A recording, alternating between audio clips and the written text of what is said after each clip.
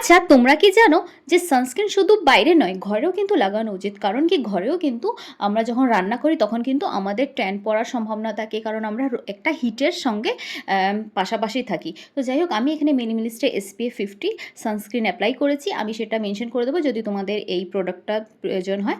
আর আমি আজকে এখানে রান্না করছি, যেহেতু ছুটি আছে, ইলিশের বিরিয়ানি। তার সাথে হবে সর্ষে, যেটা ভাপা ইলিশ বলা হয়, আর তার সাথে হবে কচু শাক দিয়ে তোমার মাছের যে মাথাটা হলো সেটা। আর আমি এখানে কচু শাকও কেটে নিয়েছি। ফার্স্ট টাইম আমি আজবার কচু শাক কেটেছি। সেই ভিডিওটাও তোমাদের সঙ্গে আমি শেয়ার করব, বাট একটা ভিডিওর মধ্যে যেহেতু পসিবল না, তাই আমি এই ভিডিওতে শেয়ার করতে পারবো না। আমি পার্ট বাই পার্ট তোমাদের সাথে শেয়ার করব। আর আজকে আমি ফার্স্ট টাইম ইলিশের বিরিয়ানি রান্না করলাম।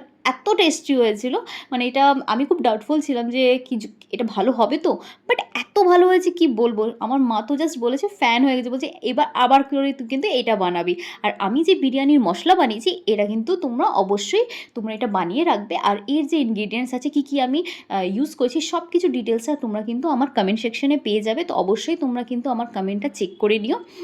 আর এই রেসিপিটা ট্রাই করলে প্লিজ আমাকে মেনশন করবে যে এটা তোমরা বানিয়ে কীরকম ফিল হলো। তো খুবই ভালো হয়েছিল।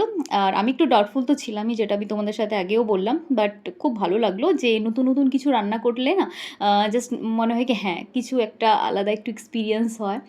তো তোমরা কি এরকম এক্সপিরিয়েন্স করো নতুন নতুন কিছু করে? তো অবশ্যই বলো, আমাকে জানিও। তো এখানে আমার কমপ্লিট হয়ে গেছে বিরিয়ানি। চলো নেক্সট ভিডিওতে আবার দেখা হবে।